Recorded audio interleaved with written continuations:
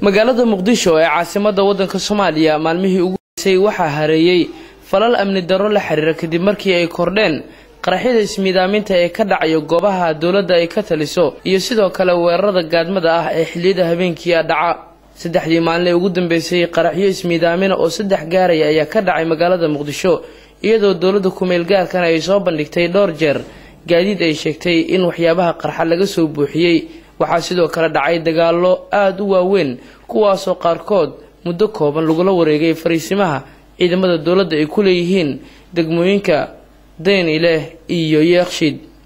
iyadoo laga xasuusto dagaalkii laba habeen ka hor ka dhacay saldhigga degmada Yaaqshiid oo muddo kooban kooxo hubeysan ay la wareegeen iyo dagaalkii ka dhacay habeenkii xigay isgoyska Baarubax kaasoo asna ay ciidamadii weerarka soo qaaday muddo kooban la wareegeen arrintaasi amni darro la xiriirta waxaa walwal ka muujiyay qaar ka mid ah dadka shacabka ee ku dhaqan magaalada Muqdisho waxaana dhanka kale siyaabo kala duwan uga hadlay taliska ciidanka militaarka dawladda ku meel gaarka ee Soomaaliya iyo saraakiisha xarakada mujaahidiinta ee Al-Shabaab aynu ku horeyno kaalmooy oo kamid ah saraakiisha ugu sarsareysa dawladda ku meel gaarka ee Soomaaliya oo saxafiyiinta kula hadlay qarax ka dhacay xarunta dambi baarista ee CID-da oo ismiidaamin ahaa ayaa waxa sheegay in falalka qaraxyada la xiriira ay sii kordhayaan isla markaana dawladda ay ka go'an tahay in ay ka hortagto oo ay la dagaalanto cid walba oo qaraxa fulinaysa asigoo dhanka kalena sheegay in shacabka ay uga fadhiyaan in ay ka qayb qaataan amniga sugudiisa waxaan idin sheegayaa in arrintan iyada aan ka hortagi doono hadduu alla yiraahdo insha Allah waxa weeye waxaan digniin u sheegayaa dadweynaha Soomaaliyeed war dadka ma garanaysaa aad garanaysaan oo ma garanaysaa in ku dhex jiro in aad soo sheegtaan xilliga aad aragtaan inaad soo sheegtaan loo baahan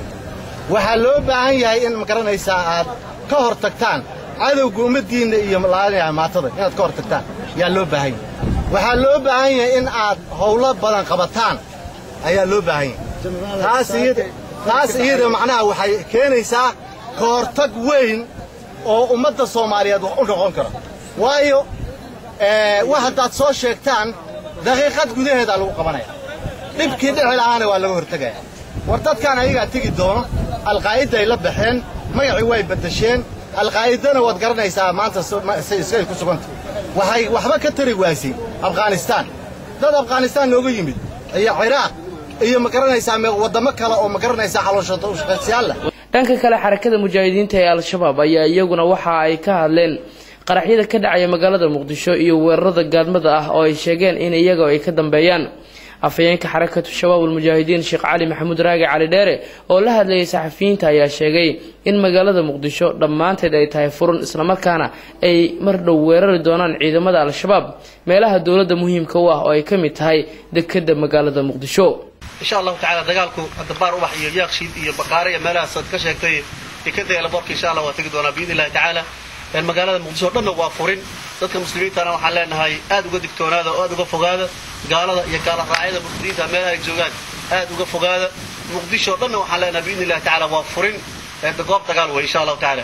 qaraxyada ka dhacay magaalada Muqdisho iyo falalka amni darro ee la xiriira weerarada gaadmada ah ayaa sii batay waxaana arimahani ay ka dambeysay iyadoo ciidamada Al-Shabaab ay xoojiyeen dagaalada ku dhufo ku dhaqaaqa oo ay ka fulinayaan gudaha magaalada Muqdisho waxaana dadka qaar ay leeyihiin waxa weeraradani ay daba joogan hadalkii ka soo baxay saraakiisha Al-Shabaab ee ahaa in taatikadii military ay bedeleen dagaalkii wajiga ahaana loo bedelay dagaalo ku dhufo oo ka dhaqaaqa oo dhabarjab ku noqon kara ciidamada dawladda iyo kuwa midowga Afrika ee taageera dawladda Soomaaliya Cabdi Kaamil Yuusuf Maxamuud Somalisa TV magaalada Muqdisho